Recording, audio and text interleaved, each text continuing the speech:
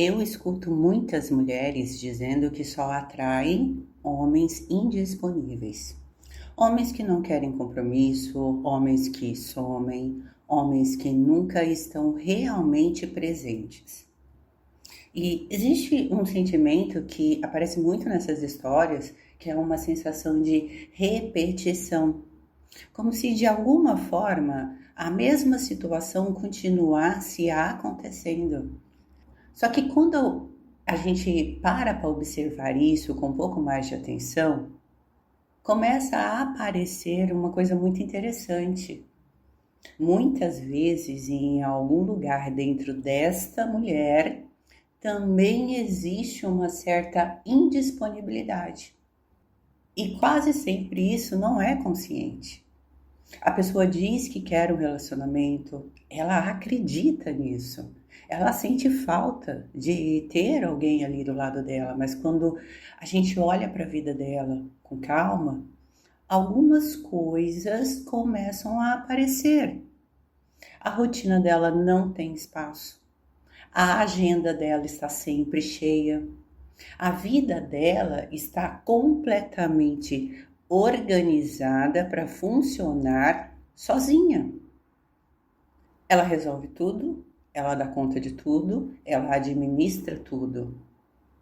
E, de certa forma, ela aprendeu a viver assim, independente, autossuficiente.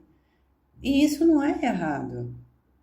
Mas existe um ponto em que essa independência começa a virar uma espécie de blindagem.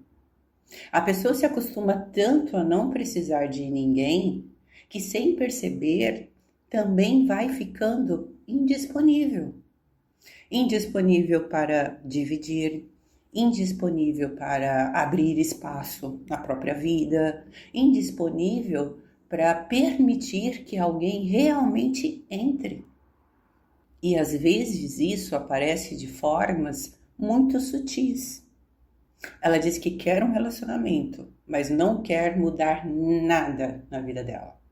Ela quer alguém, mas não quer abrir mão do controle de tudo. Ela quer dividir a vida, mas a vida dela já está toda organizada para não precisar de ninguém. E aí começa a acontecer algo curioso. Aparecem homens que também não estão realmente disponíveis. Homens que não se envolvem, homens que desaparecem, homens que nunca chegam de verdade, ou se chegam, não permanecem. É como se duas indisponibilidades estivessem se encontrando. Uma que é fácil de ver e a outra que está dentro da própria pessoa, mas que ainda não foi olhada. Eu não estou falando isso como um julgamento. Eu estou trazendo isso como uma observação, porque muitas vezes a gente olha para aquilo que está acontecendo na nossa vida e acredita que o problema está sempre do lado de fora. Nos homens, nas pessoas que aparecem, nas histórias que se repetem. Mas quando a gente começa a observar com um pouco mais de honestidade, algumas coisas começam a se revelar. Talvez a questão não seja só sobre encontrar homens indisponíveis. Talvez também exista algo dentro que ainda não está realmente disponível para um relacionamento. E olhar para isso nem sempre é simples. São camadas da própria vida que começam a aparecer, começam a surgir, emergir. São dinâmicas que a gente começa a perceber. E esse tipo de olhar pede algumas coisas da gente. Pede coragem, pede decisão, pede uma certa honestidade consigo mesmo.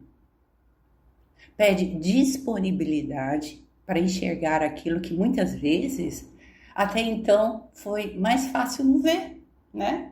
Mas é justamente quando a gente começa a olhar para esses lugares que algo pode realmente começar a mudar.